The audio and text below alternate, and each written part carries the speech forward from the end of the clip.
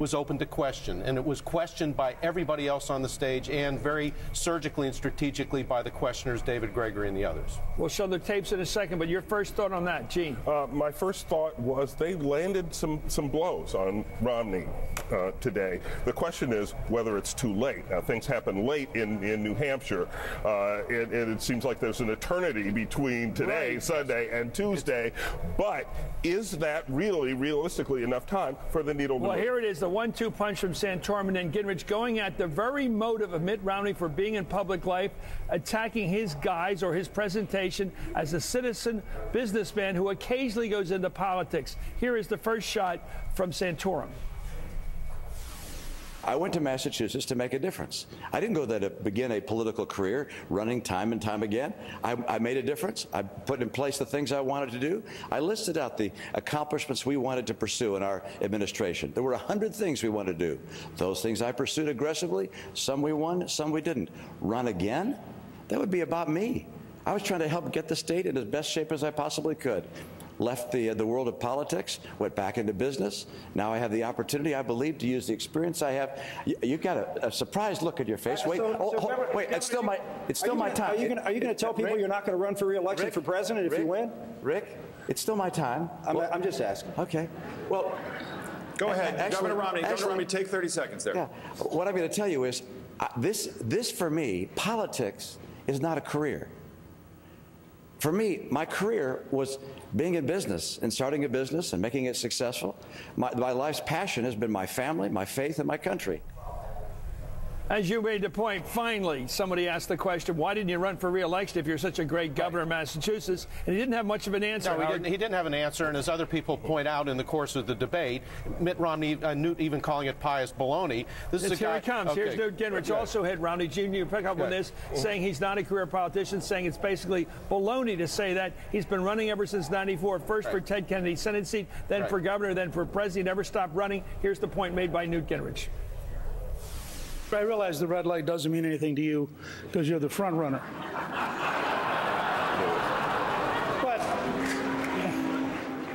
But can we drop a little bit of the pious baloney? The fact is, you ran in '94 and lost. That's why you weren't serving the Senate with Rick Santorum. The fact is, you had a very bad re-election rating. You dropped out of office. You had been out of state for something like 200 days preparing to run for president. You didn't have this interlude of citizenship while you thought about what to do. You were running for president while you were governor. You were going all over the country. You were out of state consistently. You then promptly re-entered politics. You happened to lose to McCain, as you had lost to Kennedy. Now you're back running. You've been running consistently for years and years and years. So this idea that suddenly citizenship showed up in your mind, just level with the American people. You've been running for at least since the 1990s. Devastating. This is going to haunt him. I mean, if he's the nominee against President Obama, Obama can throw this in his face. You're not the innocent here, buddy. Yeah, you're not the innocent. He likes to portray himself as, oh, I'm just a businessman. This is not my career. I'm a business guy. I just did this, to help out for my country. Here we are Sunday morning, Howard. Yes. Why do these guys wait? A couple things hit me. Late in the game, it's Sunday, 2 days, as I said, before the New Hampshire primary. We've had all these months to rip the scab off this guy's profession of innocence. Why now? Well, this is the last clear chance. If Mitt Romney wins big here, he's got momentum going into South Carolina, he can potentially wrap up the nomination. This is the Khyber Pass of American politics here. New Hampshire. New Hampshire. You got to get through it. There's everybody firing at you from the hills. Finally. And also, to go to Gene's point, things happen here late. I've covered a million of these. The ground moves in New Hampshire on the last weekend. Why do they need a moderator to open the door for them? I watched last night on ABC. I am not a media critic, but the door was never open for this kind of assault on him. Today, David Gregory opened the door from the beginning of the debate. And they had opportunities before. I think they were all nervous. They didn't know how it would play. They thought, here's the guy who's the front runner. Republicans aren't supposed to be like that. They're not supposed to go after each other. But you get down to the wire, and they've got to do something. They got to slow him down in New Hampshire. Let's go to the TV ads. Let's look at the TV ads. For months, we were all three of us were in Iowa, sitting in our hotel rooms when we'd come home at the end of the night, watching these devastating super PAC ads. Late in the debate, just a few moments ago, Newt Gingrich and Mitt Romney had this heated exchange over those very negative ads put out by a super PAC that clearly backs Mitt Romney. Let's watch this. This is finally the issue we've been talking about. Let's listen. Governor, I wish you would calmly and directly state it is your former staff running the PAC, it is your millionaire friends giving to the PAC, and you know some of the ads are untrue. Just say that, straightforward. Well, of course it's former staff of mine. And of course there are people who support me. They wouldn't be putting money into a PAC that supports me if there were people who support me. And with regards to their ads, I haven't seen them. And as you know, under the law, I can't direct their ads. Oh, Speaker, hold on a second. I can't direct their ads. If there's anything in them that's wrong, I hope they take it out. I hope everything that's wrong is taken out. But let me tell you this. The ad I saw said that you've been forced out of the speakership. That was correct. It said that you'd sat down with Nancy Pelosi and argued for a climate change bill. That was correct. It said that you called Paul Ryan's plan to provide Medicare reform a right-wing social engineering plan. It said that as part of an investigation, an ethics investigation, that you had to reimburse some $300,000. Those things were all true. If there was something related to abortion that it said that was wrong, I hope they pull it out. Anything wrong, I'm opposed to. But you know, this ain't a beanbag. We're going to come into a campaign. We're going to describe the differences between us. But I do think the rhetoric, Mr. Speaker, I think was a little over the top. You think my rhetoric?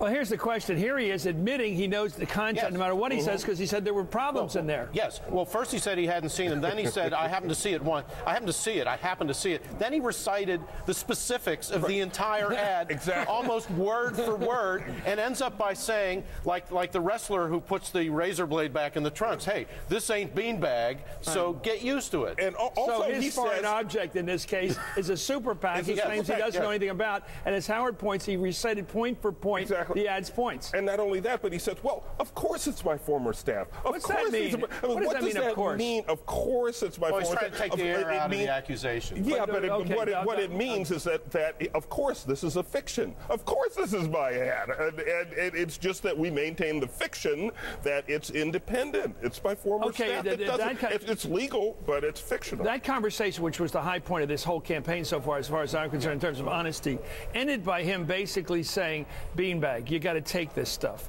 Is he denying the truth of these ads? But then he said maybe there were inaccuracies. Well, there's a big question about the abortion language in the ad. But Newt comes back and says, look, I agree. You have to have broad shoulders to be in the campaign. And hey, buddy, where do you get a load of the independent ad about Bain Capital that's going to be 27 and a half minutes long? And, you know, it's all going to be based on the New York Times and the Washington Post. Let's let a spokesman, a surrogate for Governor Romney speak now. John Sununu, of course, is the former governor of this state, New Hampshire. He supports Governor Romney for president. He was also White House Chief of Staff, of course, for the first President Bush. Governor Sununu, let me ask you a particular point here. Should candidates be responsible for ads put on the air by their former staffers and friends in their interests? Should they be responsible for the content of those ads? Then, look, you guys are reveling and wallowing in ridiculous perception of what's going on. There's a law out there that defines what can and can't be done by those PACs, and all the candidates are following the law. And to suggest that Governor Romney shouldn't know what's in that ad with all the clippings that have been out describing it, come on, stop being ridiculous and get to the point. You guys don't even understand New Hampshire politics. When you think there's something bad about tithing your time to serve, if there's any state that understands that Mitt Romney going in and serving and giving his time and going back to the private sector is a normal part of the process, it's New Hampshire. Stop being ridiculous and talk about the issues, the job problems in this country, the need to cut spending and the need to cut taxes. And when the Governor used the word ridiculous, that, you guys avoid just repeating the word, Governor, repeating the word ridiculous doesn't make it so. I was in Iowa and couldn't get away from the ads run by your candidate again and again There's and again, nothing wrong with saturating that with negativity and then saying he isn't responsible. I'm asking you, is a candidate responsible for the content? Do you know what the law is? I know what the law is. We're talking about how laws can be used. The question is, should a candidate be responsible? Should the candidate be responsible for the ads? You say no. You guys have an agenda that you want to drive, and you have no idea what the rules and regulations are. You're the surrogate, sir. You obviously are here with an agenda. Are following it. Okay, let me ask you. Come on. Let me ask you one last time. Do you think the law is a good law that allows candidates to destroy their opponents without a signature? Everybody, every candidate agrees the law should be changed. Nobody likes that law, but unfortunately, bad legislation put the Supreme Court in a position where they had to make that decision.